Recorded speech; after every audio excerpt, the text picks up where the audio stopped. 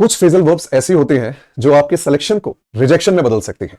SSC MTS में पूछा गया यह सवाल ऐसे ही एक कंफ्यूजिंग फ्रेजल वर्ब पर बेस्ड है। आइए समझते हैं क्या लिखा हुआ है।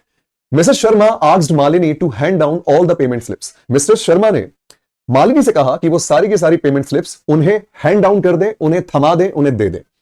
अब स्टूडेंट्स यहां पर इस क्वेश्चन के 4 सेगमेंट्स किए गए हैं, 4 ऑप्शंस में इसको बांटा गया और आपसे पूछा गया है कि किस ऑप्शन में एरर है। तो जैसा कि मैंने आपको पहले ही बताया कि एरर एक फ्रेजल वर्ब में है, तो वो फ्रेजल वर्ब है हैंड डाउन।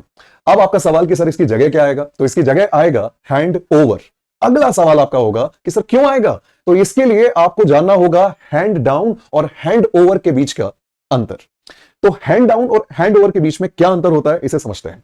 हैंड डाउन का मतलब होता है कोई परंपरा, कोई रीति रिवाज या कोई चीज जो जनरेशन से जनरेशन ट्रांसफर की जाती है, एक पीढ़ी से दूसरी पीढ़ी को दी जाती है या बड़ों से छोटों को मिलती है। जैसे घड़ी मेरे दादाजी यूज किया करते थे, उसी घड़ी को मेरे पापा यूज करते हैं और आज मैं उस घड़ी का इस्तेमाल करता हूं, तो वो घड़ी एक जनरेशन से दूसरी जनरेशन को ट्रांसफर की गई, हैंड डाउन। मेरी नानी कोई रेसिपी जानती थी, अब वो रेसिपी कोई अचार, हलवा, कुछ भी हो सकता है। अब वो रेसिपी नानी ने मेरी मम्मी को बताई, अब मेरी मम्मी आगे चल के किसी और को बताएंगे, तो वो रेसिपी एक जनरेशन से दूसरी जनरेशन को दी जा रही है।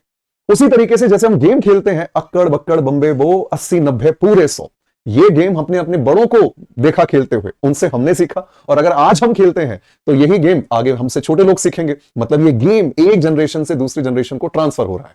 दिवाली पर दिए जलाए जाते हैं क्योंकि हमने अपने बड़ों को देखा है बचपन से, हमारे बड़ों ने अपने बड़ों को देखा, और ये परंपरा दिए जलाने की आज भी चली आ रही है। जनरेशन टू जनरेशन ये परंपरा निभाई जा रही है, हैंड डाउन।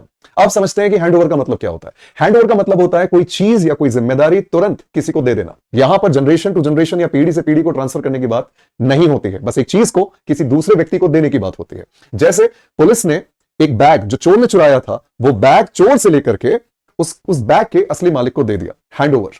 मम्मी ने कुछ पैसे आपको थमा दिए, हैंड ओवर कर दिए, ताकि आप मार्केट से जाके सामान ले आए। उसी तरीके से कंडक्टर ने टिकट बना के पैसेंजर के हाथ में थमा दी, मींस हैंड ओवर कर दिया। अब इस सेंटेंस में मिसेस शर्मा ने मालिनी को पेमेंट स्लिप दी है। यहां पे जनरेशन टू जनरेशन की बात नहीं हो रही है, यहां पर बात हो रही है स्लिप देने की, तो यहां पर आएगा हैंड ओवर। अब आपके लिए एक सवाल, आपको बताना है कि एक फ्रेजल वर्ब होती है हैंड आउट, इसका मीनिंग क्या होता है। कमेंट सेक्शन में कमेंट करके मुझे जरूर बताइएगा। Thank you so much.